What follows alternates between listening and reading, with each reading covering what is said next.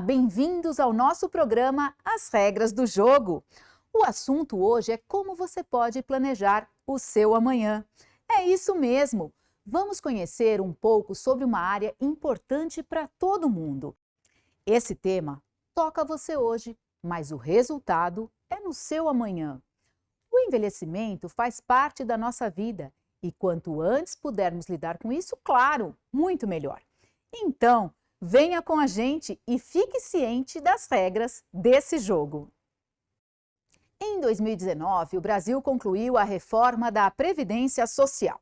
No entanto, num resumo realista, o envelhecimento da população nos obrigará a novas reformas no futuro, pois a carga de aposentadorias não será economicamente sustentável pela Previdência Social. E por quê?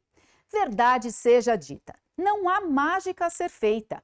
O país precisa de uma previdência complementar que alcance o novo trabalhador, aquele que está no mercado informal ou recusa essas formalizações.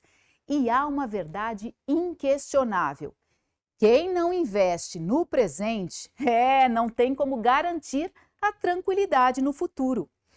Hoje em dia, há 40 milhões de trabalhadores e trabalhadoras informais no Brasil, ou seja, sem nenhuma cobertura da Previdência.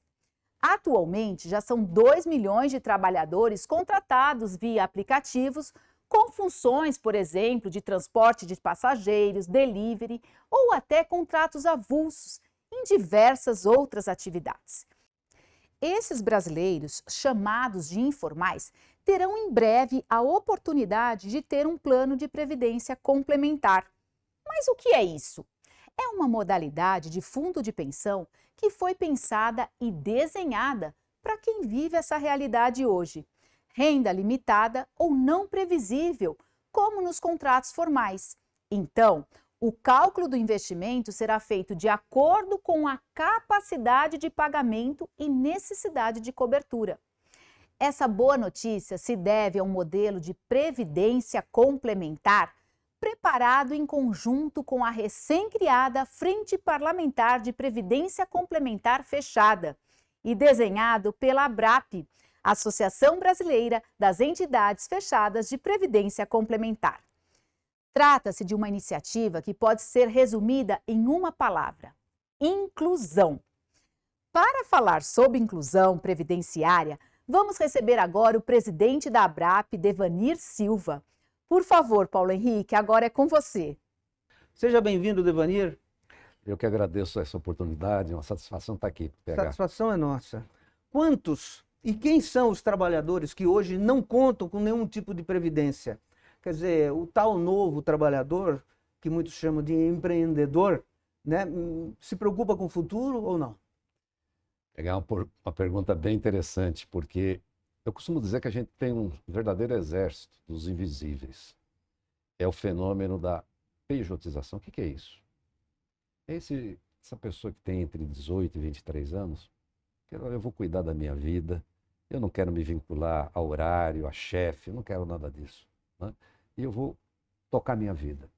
E tem aquele que trabalha, né? Ou um aplicativo, um motorista de Uber, né?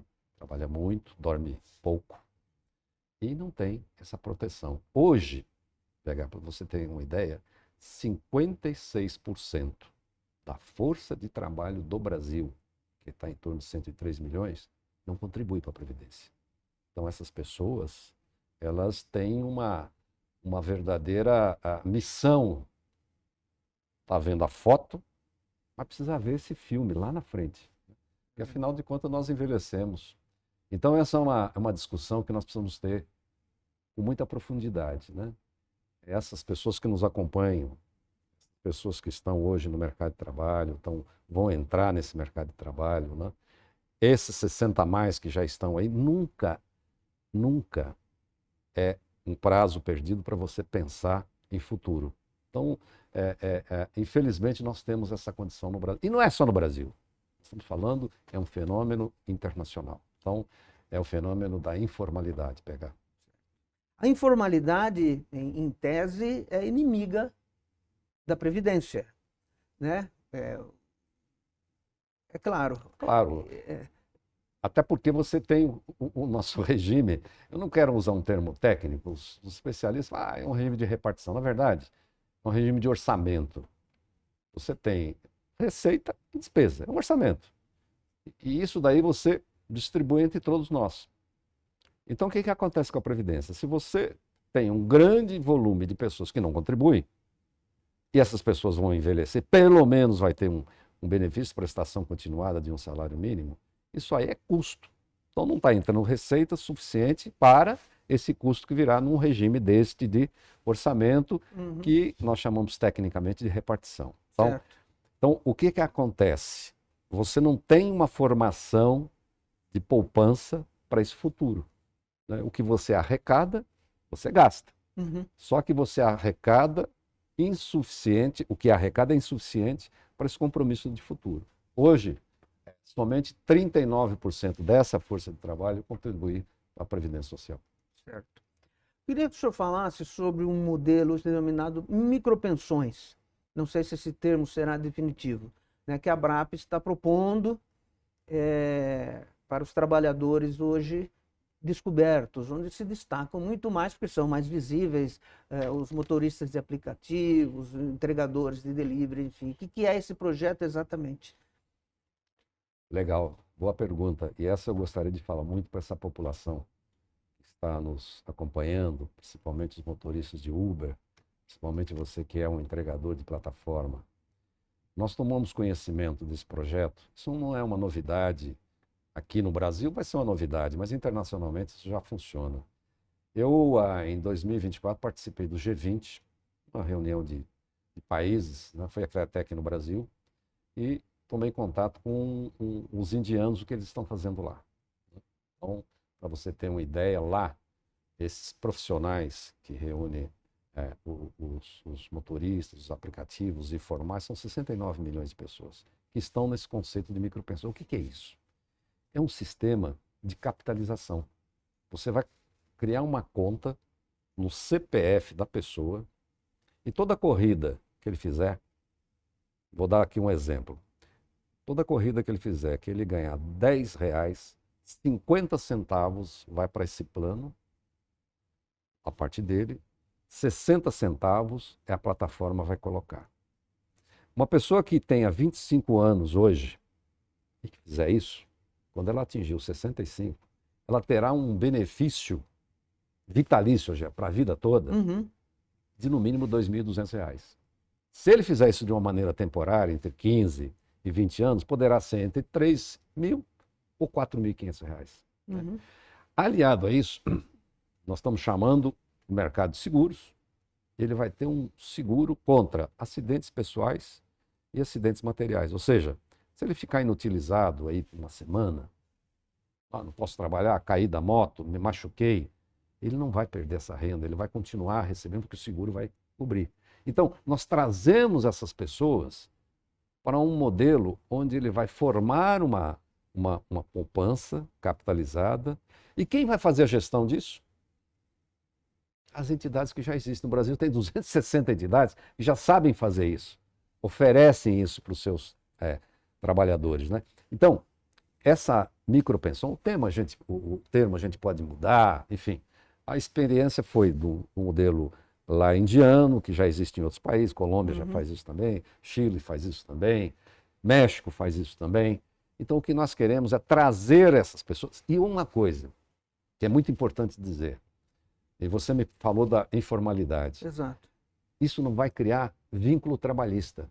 Isso é completamente, vamos dizer assim, de uma liberalidade. Você não tem nenhum encargo, né? E você tem o que nós chamamos de uma compensação, para não usar o termo de diferimento, tributária.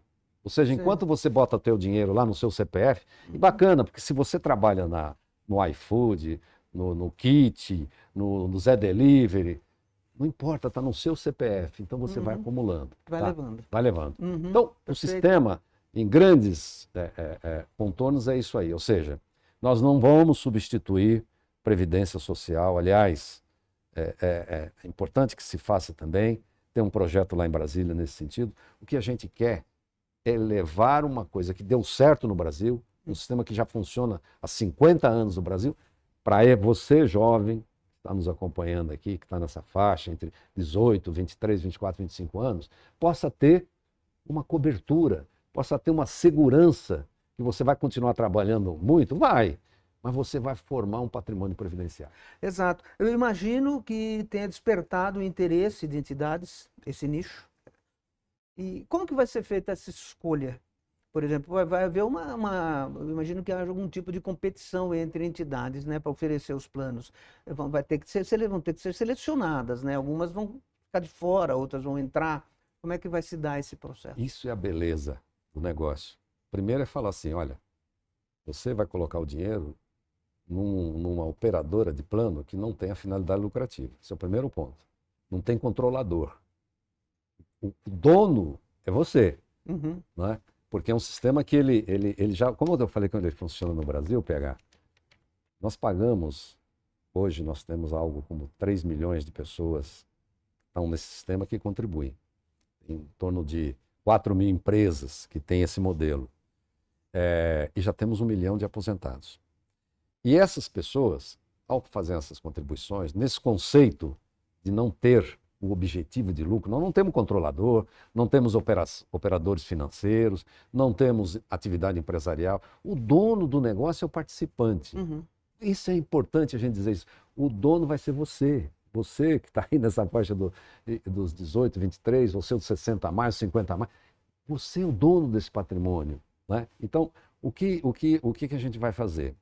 Nós vamos chamar as 264 entidades que existem no Brasil e falar, olha, nós temos aqui um contingente de 2 milhões de pessoas, entre entregadores e motoristas de aplicativos, né? Isso pode ser regionalizado, isso pode ser um conjunto de pessoas num determinado local, não importa. Essas entidades serão credenciadas a fazer a gestão desse recurso.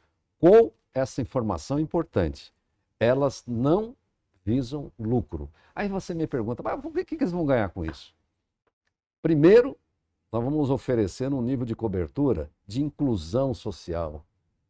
Nós não podemos criar um país de excluídos, nós precisamos criar um país de incluídos em proteção social. Inclusive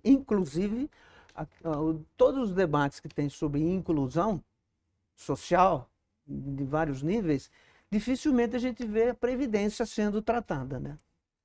Exatamente, você coloca uma questão importante. Por quê? Porque é coisa de futuro. As pessoas vivem o presente, né? Eu estou no presente, está tudo bem, mas e o futuro? Então, essas entidades, elas têm condição de oferecer essa segurança, né? E para elas é importante, porque se você tem uma estrutura, né, que já tem 3 milhões de pessoas, se eu agrego mais 2 milhões, vai ficar mais barato para todo mundo. Uhum. É por isso que elas têm esse interesse, e vão ter esse interesse, de fazer a gestão desse patrimônio desses trabalhadores. Muito bom. A ABRAP conta hoje com parlamentares envolvidos nas questões do sistema fechado de previdência complementar. Foi criada a frente parlamentar específica do sistema. Eu gostaria que o senhor comentasse como vem se dando o trabalho nessa frente parlamentar, né, e como que a ABRAP tem se relacionado com o parlamento, porque tudo acaba dependendo da participação do Congresso Nacional, né? Sem dúvida, e isso daí foi um grande exemplo. Quando nós tivemos a chamada reforma tributária, que veio com esses 2 tributos, CBS e o IBS, são 2 impostos que nós quase que... Isso aí, bom, quem é que tem dinheiro nesse país?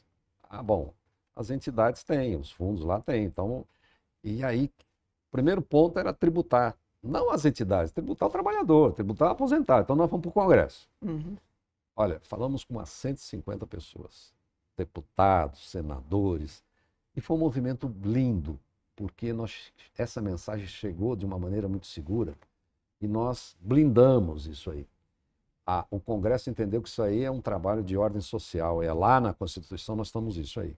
Bom, e daí nós falamos, bom, esse movimento a gente não pode deixar esfriar.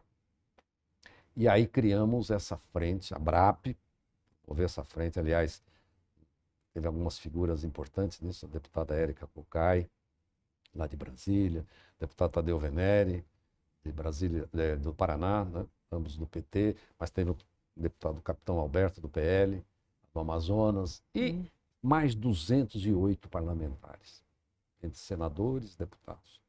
E qual é o objetivo disso aí? É o fortalecimento dessa previdência complementar sem finalidade lucrativa. O que a gente precisa dentro do Congresso é pavimentar o caminho para mudanças estruturais que favoreçam. Nós não podemos ter um Brasil de poucos, ele precisa ser de todos. Essa previdência não pode ser uma previdência só de um núcleo, ela precisa ser uma previdência generalizada. A gente quer ter mais pessoas protegidas, né? Então, o trabalho dessa frente, e a ABRAP assumiu a secretaria executiva dessa frente. A ABRAP, e o objetivo é que essa frente ela seja, nós estamos levando essa mensagem de Brasília para os estados, já fizemos isso no Paraná, Minas Gerais, aqui em São Paulo, vamos fazer agora lá na Bahia, vamos fazer lá no Ceará, vamos fazer no Rio Grande do Sul.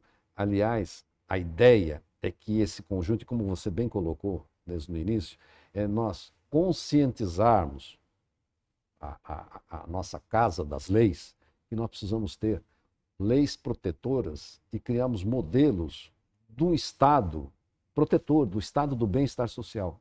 E nós temos condição, e é a sociedade civil organizada que leva isso adiante. Ninguém vai levantar lá em Brasília e pensar, hoje nós vamos pensar num modelo previdenciário. Não, é a sociedade, somos nós, você que está nos ouvindo aqui, está nos vendo aqui. É isso que nós precisamos ter, essa mobilização. Então a frente vem nesse sentido. Perfeito. Existe uma questão recorrente, ao meu ver, essa frente demonstra que esse debate está superado. Mas, naturalmente, os parlamentares, os políticos mais à esquerda, não querem nem ouvir falar de previdência nenhuma que não seja previdência social. E os mais à direita, em tese, são a favor de uma previdência privada, global e dane-se a previdência social.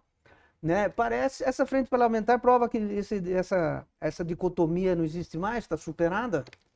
Foi muito interessante, porque quando nós estamos trabalhando na frente, falou, o que nós não podemos ter aqui é ideologia. Nós precisamos fortalecer um regime, e esse regime também não pode ser um regime de ou capitalização, ou de orçamento, precisa ser híbrido. Jamais a gente pode... Olha, uma das coisas mais engenhosas que a humanidade descobriu foi Seguridade Social, previdência, saúde e assistência. Isso é dever de Estado. Isso nós não podemos jamais abolir, como fez, por exemplo, o Chile. Nós temos que ter essa composição.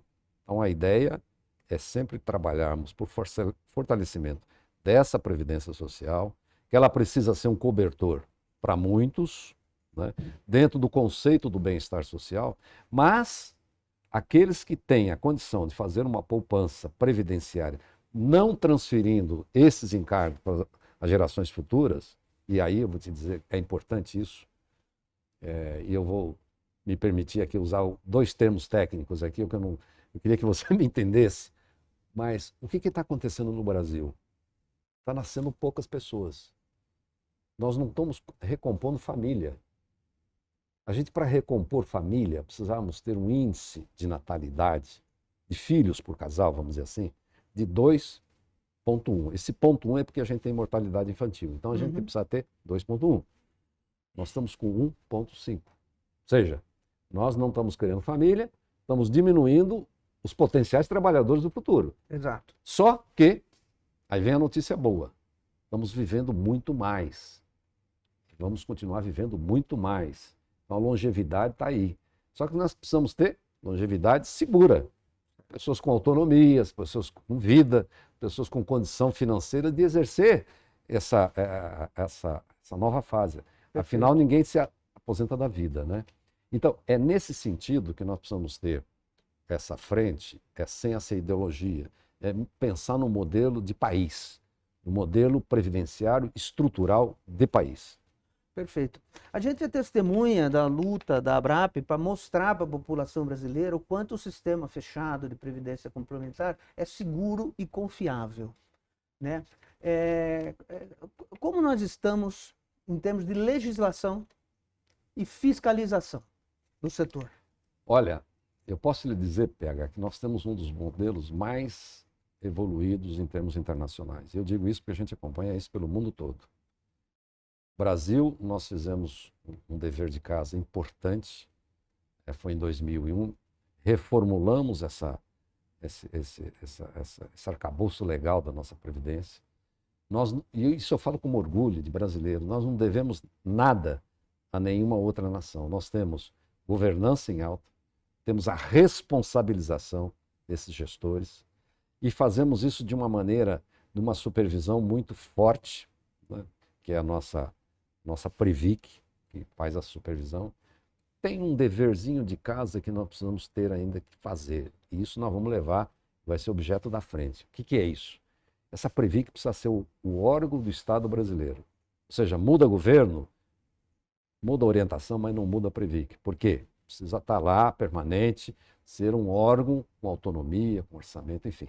Mas os avanços dessa legislação já criou a Previc, que é uma autarquia, né, focada na supervisão dessas entidades. Então, hoje, se você pegar, por exemplo, um sistema que tem inscrição automática, que tem portabilidade, que há pessoas que saem de uma empresa, vai para uma outra, ela não perde, ela pode continuar. Então, são novidades que nós tivemos na nossa parte de investimentos. Esse 1 trilhão e 400 bilhões de reais estão aplicados na economia brasileira.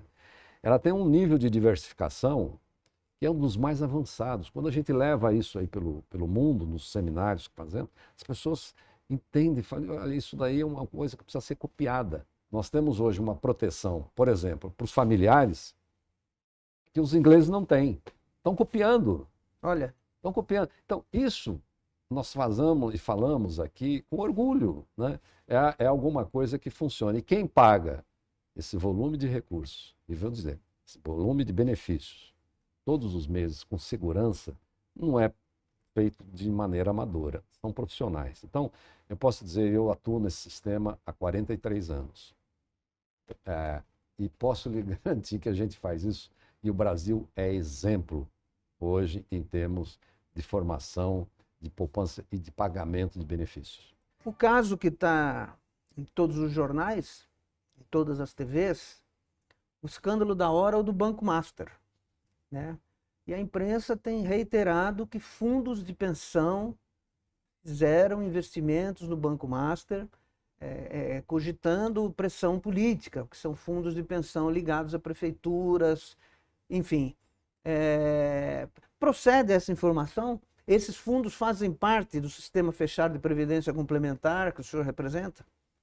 De maneira nenhuma, estamos falando de coisas completamente diferentes. Nenhum fundo de pensão ou entidade fechada de previdência complementar, é um nome feio, me desculpe, mas é esse o nome técnico que a gente tem, fez investimento no Banco Master. Tinha zero, não tínhamos investimento nenhum. E outra coisa, não é fundo de pensão, são regimes próprios de previdência social do servidor público. Então, são entes federativos, prefeituras, estados, que têm esses fundos, né, e que tinham investimento. Nós não temos, zero. E eu sempre, quando sai essa informação, e é preciso esclarecer para vocês que estão nos acompanhando, olha, quando eu ouvi falar em fundo de pensão, infelizmente coloca todo mundo junto, mas nós não somos isso aí. Não. Esses entes federativos não têm fundo de pensão, isso não existe, né? Fundo de pensão é esse que não tem finalidade educativa, é esse que paga esses benefícios em dia e que não teve nenhum investimento em Banco Master. Por quê? É um esclarecimento que a mídia não fez. Não fez. Uhum. E isso daí, por quê? Porque tem supervisão segura, porque tem prestação de contas. E quem controla isso lá é o participante, que tem presença lá dentro dos conselhos, deliberativo, conselho fiscal, enfim. Então, mais uma vez, olha, não tem nada a ver Banco Master com entidade nossa, sem finalidade lucrativa, que nós chamamos, a imprensa chama de maneira geral de fundos de pensão. Nós somos outra coisa. Felizmente, nós não temos, né? E eu faço esse esclarecimento porque eu vejo um participante nosso, quando vê essa expressão fundo de pensão, banco massa, olha, será que meu dinheiro está em risco? Não está, né, e nunca esteve, né? Então, deixar isso bem claro aqui.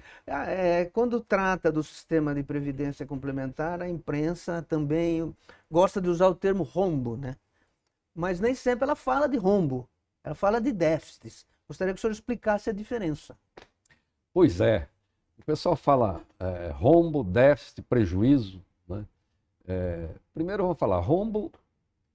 O rombo é quando você tem uma deficiência estrutural num plano, né, que você não tem reservas suficientes, né? E o termo rombo não é adequado, o termo adequado é déficit, né? Então há uma falta de recurso para cumprir um compromisso. Esse é um déficit. E esse déficit tem duas origens. Tem o chamado déficit estrutural. O que é esse déficit estrutural? Para ficar de uma maneira bem didática aqui. É quando você tem uma mudança qualquer na empresa. Por exemplo, eu vou fazer um plano de desligamento incentivado. Eu vou diminuir drasticamente o número de contribuintes. Aí eu gerei um déficit estrutural, porque se eu diminuir rapidamente, né? Ou, por exemplo, eu vou ter quando fiz lá o cálculo, o atuário fala numa tábua de mortalidade, eu prefiro falar em tábua de sobrevivência, né? Então, eu tinha uma idade aqui, média, de 70 anos. Só que, na prática, as pessoas estão vivendo 80. Bom, então, é uma estrutura que precisa ser alterada, né? Então, só para dar dois exemplos, né? Agora, tem um chamado déficit conjuntural, que é aquele do mercado. Claro. Né? Às vezes a bolsa vai bem, renda fixa vai bem ou vai mal. Então, isso tem reflexo. Então, por exemplo, se pegar o ano de 2024, não foi um ano bom de bolsa, nem de renda fixa. Então, houve déficit conjuntural, né? Pequeno, quando comparado ao patrimônio, né? Foi um déficit na ordem de 15 bilhões de reais, patrimônio na época era de 1 trilhão e 300, isso era pouca coisa. Este 2025, nós saímos dessa ideia do déficit para um superávit. O que foi isso aí? A conjuntura, a bolsa melhorou, renda fixa melhorou, esse patrimônio, que ele não é vendido, ele não é realizado a preço depreciado, né? Então ele melhorou, você teve superávit. Então, é errado você falar em rombo, é errado você falar em prejuízo. Isso não acontece em fundo de pensão. Quando há um déficit estrutural, nós temos regras para isso. Nós temos normas que te obrigam a voltar para o trilho, a você fazer esse equacionamento desse déficit, né? O déficit conjuntural, a própria conjuntura já te traz isso para o eixo novamente. E é impossível investir sem o mínimo de risco, né? Eu sei que os fundos fechados eles são cautelosos, a maioria deles, né? Mas um risco sempre existe, né? Mas se você pensar no longo prazo, por ser um plano previdenciário, esse risco é diluído. Sem dúvida, Pega. E risco não é pecado mortal, né? Você que está no mercado, você tem conjuntura, você tem mudanças de... Agora mesmo, essa questão geopolítica, ninguém imagina que o Trump vai fazer uma intervenção na Venezuela. De repente faz. Aí afeta petróleo, afeta a commodities. Mas tudo isso é risco. Nós que estamos aqui, nós mesmos, uma pessoa física, né? Eu não falo muito que a gente não... Eu tenho mais boleto do que investimento. Mas quando você investe, o que acontece? Você está correndo isso aí, está correndo esse risco. Então, o risco ele é para ser gerenciado. E para isso, nós temos profissionais que eles precisam ser certificados, eles precisam ser habilitados para poder operar esse nível de risco. Então, e às vezes o risco também é sinônimo de oportunidade, né? Eu me lembro que quando era março de 2020, quando veio todo mundo parou, a bolsa caiu 50% no mês seguinte, em abril todo mundo falou, e agora? Olha, continuou, nós aproveitamos as oportunidades de bolsa e fechamos aquele ano superavitário. Você vê? Então, o risco também tem essa linha de oportunidade, claro, né? Bom, recentemente os órgãos, após muito tempo de trabalho, né, da ABRAP, em torno disso, os órgãos regulatórios aprovaram a inscrição automática, né, nos planos de empresas que elas oferecem para os seus trabalhadores. Ou seja, o trabalhador automaticamente ele é inscrito no plano previdenciário e ele tem a opção de sair. Mas não soa um pouco impositivo isso, mesmo ele tendo a opção de sair do plano, se ele não quiser? Como essa questão é trabalhada? Enfim. Eu vou te dar um exemplo meu. Eu, quando comecei a trabalhar numa empresa de engenharia, Promon Engenharia, tinha uma senhora chamada Terezinha Rafael. E ela, quando a Promon instalou o plano, ela falou, olha, esse plano é para todos. Vocês entenderam? Foi a minha inscrição automática. E eu vi aquilo no meu lerite, ganhava pouco. Putz, ainda tenho que ficar aqui. Eu agradeço hoje a dona Terezinha, esse plano lá atrás, e eu não pedi para entrar, eu fui colocado e não saí mais. Então, o que nós estamos fazendo? Num país que tem baixa cultura previdenciária, quando você coloca o cidadão lá e dá a opção dele sair, então ele pede para sair, ele não pede para entrar. Porque para entrar, ele vai ter N outras razões, né, de curto prazo, e ele esquece o longo prazo. Né? Então, eu vejo assim, PH, ele sempre tem a oportunidade de sair. E nos casos que nós tivemos aqui, pega o caso do FUNPRESP, o nível das pessoas que saem chega lá a 10%, nem isso, hoje. Né? Então as pessoas ficam. A inércia favorece. E essas pessoas, eu tenho certeza, PH, vão agradecer isso lá na frente. Ele fez uma poupança, fez um sacrifício, fez. Né? Ele deixou de estar no seu iPhone atualizado, e está participando aí das suas baladas, tal, mas ele fez um patrimônio previdenciário e ele vai agradecer isso.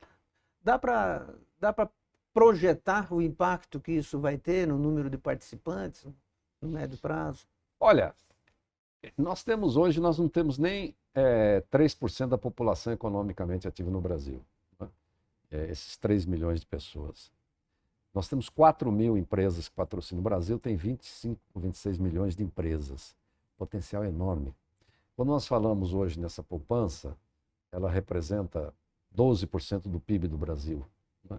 Eu olho assim, patrimônios como o da Holanda, que é 150 do PIB, dos Estados Unidos, que é 140 do PIB, da Suécia, que é praticamente o PIB. Então, não temos muita coisa para avançar.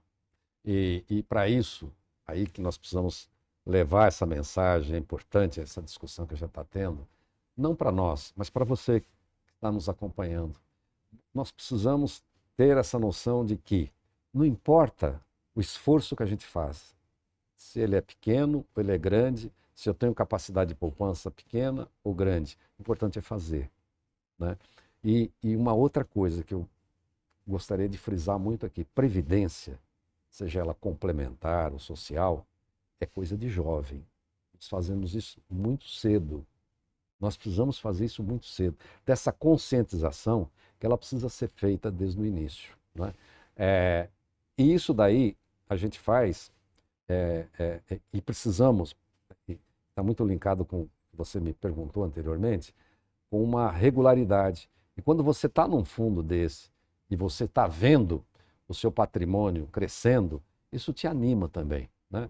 E essa regularidade é que o sistema que nós temos hoje, que é um sistema de capitalização, né, é um sistema de juros compostos, e vai fazer o quê? Vai favorecer a formação do seu patrimônio. Perfeito. Devanir, queria que você falasse um pouco hoje qual a estrutura da ABRAP hoje, né? Enfim, depois de tantos anos atuando no comando da entidade, o que a ABRAP é hoje, o grau da representatividade dela, o quanto ela cresceu, enfim, queria que você falasse da força institucional da entidade que você preside atualmente. Muito obrigado pela essa pergunta. Vou fazer aqui minha propaganda. A ABRAP, na verdade, é uma entidade sem finalidade lucrativa que congrega essas previdências, né, privadas, sem essa finalidade lucrativa também, né?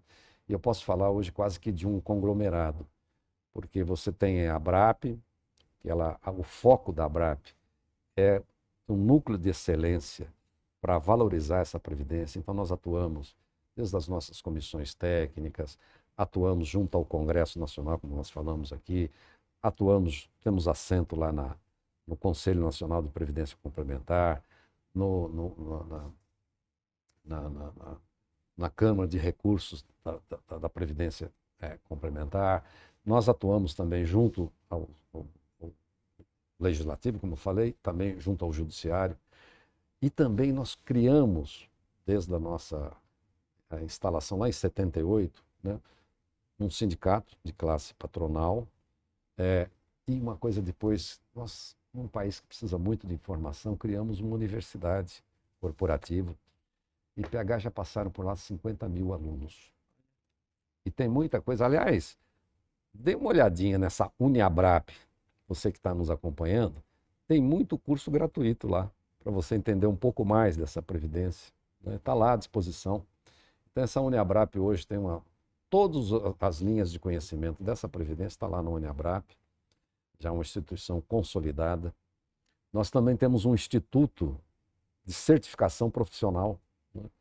Tanto a nível de prova, a nível de experiência, e hoje congrega aí praticamente todas as certificações que nós praticamos hoje no Brasil, acho quase 90 e poucos por cento, 92, 91, é feito por esse instituto, ICSS, né? E além desse instituto, da Uniabrap, do sindicato, nós temos também uma empresa. Mas uma entidade sem finalidade lucrativa tem empresa? Sim, nós controlamos, mas não para fazer um comércio, não, é para buscar soluções associativas, aquilo que fica mais barato para todo mundo, principalmente em tecnologia, que é a grande chamada hoje, né? Você usar a tecnologia a seu favor. Então, a Brap hoje... O nome da empresa? É Conecta. Conecta. De conectar, né? Então, hoje, você atua na linha das comissões. E olha aí, comissão técnica, quando a gente fala, parece uma coisa pequena. Nós temos mais de 1.000 profissionais distribuídos pelo Brasil todo, que são esses profissionais que atuam nas nossas associadas. É a área jurídica, a área atuarial, a área de investimento, a área de comunicação, a área de governança, a área de gestão de pessoas. Então, a Brap, ela tem essa amplitude, né? E, inclusive, uma que eu tenho um grande prazer de fazer todos os anos, a gente faz vários eventos. O maior congresso dessa previdência complementar sem finalidade lucrativa do mundo é feito no Brasil. Eu ia perguntar isso agora. É feito no Brasil. E um evento para mim muito significativo. É a única associação que comemora o Dia do Aposentado. Esse é o nosso maior patrimônio. Nós vamos fazer isso agora dia 29. Nós reunimos as associadas, elas indicam os homenageados, e fazemos isso com muito orgulho. É um evento muito significativo para mim, né? Então nós temos toda essa forma de atuar, valorizando você que continua contribuindo, você que já está oferindo benefício, porque esses fundos, e a Brap é isso também, são pessoas trabalhando por pessoas, né? A nossa existência é fazer o bem, né? Isso que motiva. Eu estou numa atividade, agora como presidente da associação, estou entrando no 2º ano do mandato, mas eu fui 40 anos superintendente-geral dessa associação, né? E as perguntas, mas tanto tempo num lugar só? Não, eu levanto todo dia motivado, porque eu sei que talvez a gente está construindo algo, uma pessoa que eu não conheço, mas eu tenho certeza que ela vai utilizar aquilo em seu benefício, para o seu patrimônio previdenciário, para a sua inclusão social, para a sua longevidade segura, com autonomia, né? Então, isso para nós é motivo, todos os dias de levantar de manhã, olha, hoje eu vou fazer o meu melhor. Devaneio, muito obrigado pelas suas informações, úteis a todos os brasileiros, e um agradecimento especial por ter aceito o nosso convite. Conte sempre comigo, com a Brap. Foi uma enorme satisfação também estar aqui falando com você, falando com o seu público e levando essa mensagem da nossa Previdência. Previdência é de todos. Pensem nisso. Pensem no trabalho de vocês no dia a dia, mas pensem no futuro também. Isso é importante para vocês, para famílias, para proteção. E o nosso trabalho é esse. Muito obrigado. Obrigada, Paulo Henrique, obrigada, Devanir Silva. Que aula! É por isso que o Devanir é conhecido no meio, né, como Google da Previdência. Então, bem, vamos lá, né? Quais são as regras deste jogo? Sem poupança previdenciária, não existe garantia de um futuro financeiramente mais previsível. E como faz o novo trabalhador ou o trabalhador empreendedor, o autônomo, para ter um plano de previdência complementar?